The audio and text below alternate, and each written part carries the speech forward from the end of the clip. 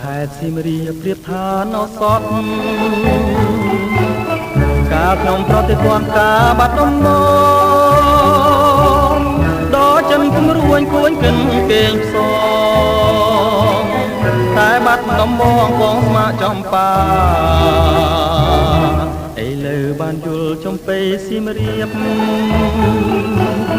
ក្រអូបជួតជ្រាបពោពេញអមរាទ្រូងបងបានស្បាយពីរឿងស្នេហានៅផ្កាចំបាឲ្យរៀមក្រៀមក្រមរយព្រួយរយនឹករយសែនទន្ទឹង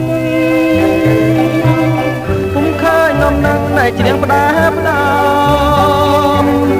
កន្លងក៏ទៅជាយូរខែឆ្នាំតើឲ្យទ្រាំចាំដេចទៅ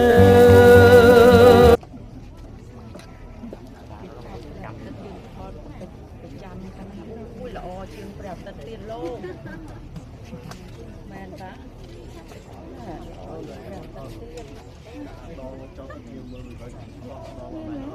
มันนี่เรากับพลังให้ยอง